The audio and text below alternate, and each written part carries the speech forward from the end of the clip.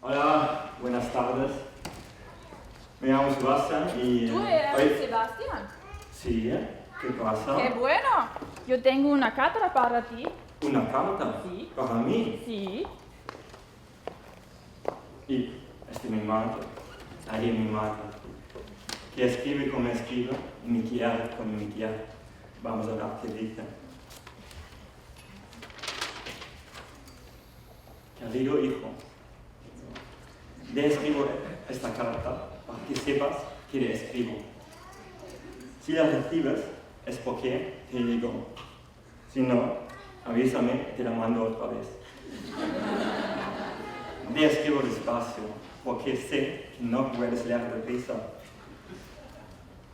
El tiempo por aquí no está mal. La semana pasada solo llovió 2 veces. La primera estuvo lloviendo 3 días y la segunda 4. Tengo que contarte que el otro día tu padre leyó que según las encuestas, la mayoría de los accidentes ocurren a 1 kilómetro de casa. Así que nos hemos mudado más lejos. La casa nueva es preciosa. Viene hasta una lavadora que no estoy segura si funciona o no. Ayer metí la ropa, tiré a una cadena y todavía no le ha vuelto a ver. No le ha vuelto a ver. ¡Ay, mi madre! Tiró la ropa por el váter.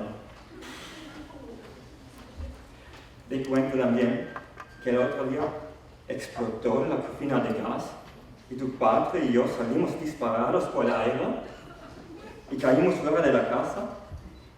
¡Qué emoción! Era la primera vez que tu padre y yo salíamos juntos en 4 años. Vino el médico y me puso un tubo de cristal en la boca y me dijo que no podía hablar en 10 minutos. Tu padre quería comprarle el tubo.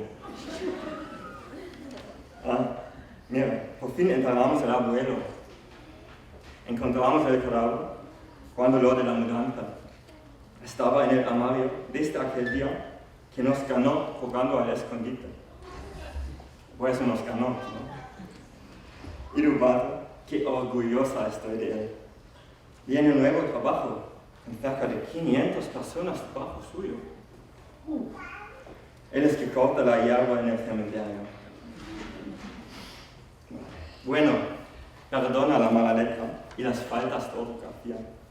Pero es que me he cansado de escribir y ahora le estoy dictando a tu padre. Y ya sabes lo bruto que es. Aunque bruto tu hermano Juan, cerró el coche y dejó las llaves dentro.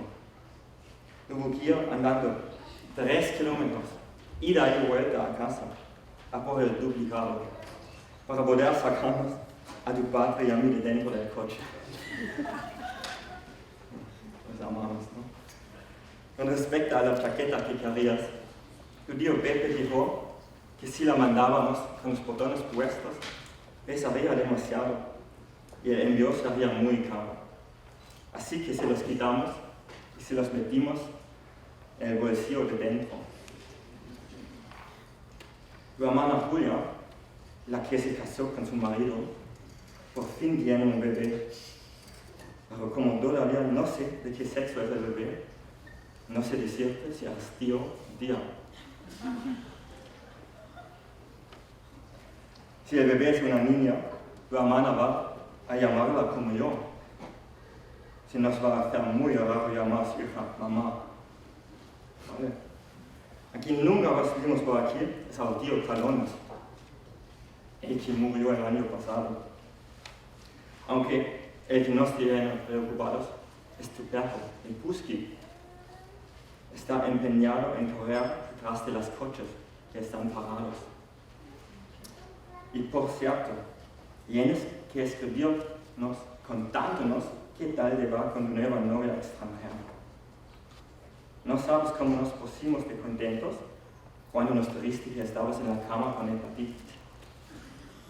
¿Es acaso griega? No nos la acabaste. Bueno, hijo, no te pongo la dirección de la casa nueva en la carta, porque no la sé. Pero no dejes de escribirme. Si ves a Doña Remedios, dale saludos de mi parte. Si no la ves, no le digas nada. Esta carta te la mando por Manolo, que va mañana por ahí. A propósito, ¿puedes ir a buscarlo al aeropuerto? Tu madre quiere que llame. Postdata. Le iba a mandar 100 euros. 100 euros, ¿sí?